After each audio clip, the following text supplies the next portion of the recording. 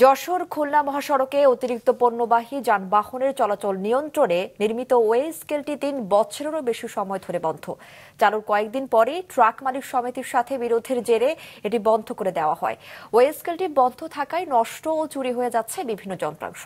যশোর প্রতিনিধি রাহুল রায়ের পাঠানো তথ্য ছবিতে ডেস্ক রিপোর্ট।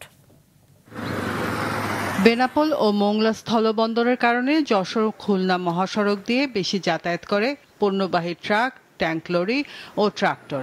কিন্তু অতিরিক্ত পণ্যবাহী যানবাহন চলাচলের কারণে প্রায় ভেঙে যায় মহাসড়কের বিভিন্ন অংশ। অতিরিক্ত পণ্য নিয়ে যাতে যানবাহন চলাচল করতে না পারে সেজন্য মহাসড়কের চেঙ্গুটিয়া এলাকায় পণ্য পরিমাপে সড়ক বিভাগ একটি ওয়ে স্কেল বা ওজন নিয়ন্ত্রণ কেন্দ্র স্থাপন করে। ১,৬৩,০০,০০০ টাকা ব্যয়ে নির্মিত ওয়ে স্কেলটি চালু করা হয় ২০২২ সালের ১৭ মার্চ।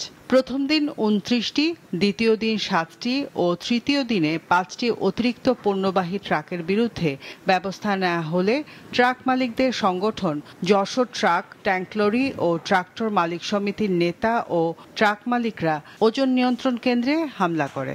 কর্মকর্তা কর্মচারীদের মারধর করে এর কার্যক্রম বন্ধ করে দেয়।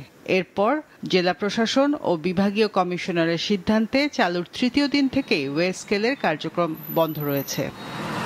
অবশ্য ট্রাক, ট্যাঙ্ক লরি ও ট্রাক্টর মালিক সমিতির নেতারা বলছেন তারা ওয়ে স্কেলের চালুর পক্ষে, তবে শুধু যশোর খুলনা মহাসড়কে নয়, দেশের সব মহাসড়কে একযোগে তা চালু রাখতে হবে।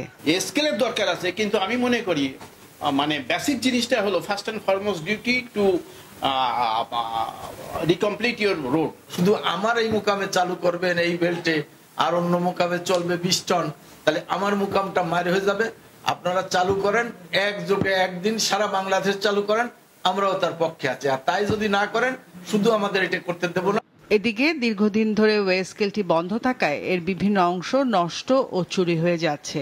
নির্ধারিত ওজন না মানায় নষ্ট হচ্ছে মহাসড়কও। এখন এই জায়গায় জং ধরে যাচ্ছে, অনেক কিছু মালামাল হয়তো বা লোকজন নিয়েও যাচ্ছে, সরকারি মাল যে যা পারতেছে নিয়ে যাচ্ছে। বন্ধ হয়ে যাওয়ার পরপরই দেখেন এই জায়গায় আবার ১০ টাকার গাড়ি চালু হয়েছে। এই জায়গায় যদি এক্সেলটা সরকার চালু করে তা আমাদের এই রাস্তাটা অনেক বেঁচে যাবে। এই স্কেলটা যদি চালু করা যায় তাহলে দেখা গেল এখানে ওভারলোডটা যাইতো না। তাতে করে আমরা যদি ওভারলোড না যাই তাহলে রোডটাও ভালো থাকে। নওয়াপাড়া থেকে বা বেনাপোল থেকে যে ওভারলোডের গাড়িগুলি আসা যাওয়া করে, সেই গাড়িগুলির ওভারলোডের কারণে রাস্তাটি অনেক ক্ষতিগ্রস্ত হয়েছে, ইতিমধ্যে হয়েছে, এবং সেটা চালু করে আসলে ওটা মেনটেন করা আমাদের জন্য একটা দুরূহ ব্যাপার হয়ে দাঁড়িয়েছে।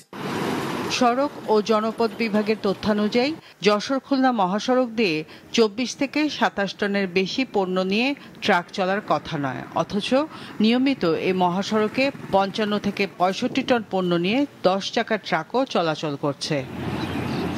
মাছরাঙা নিউজ ডেস্ক।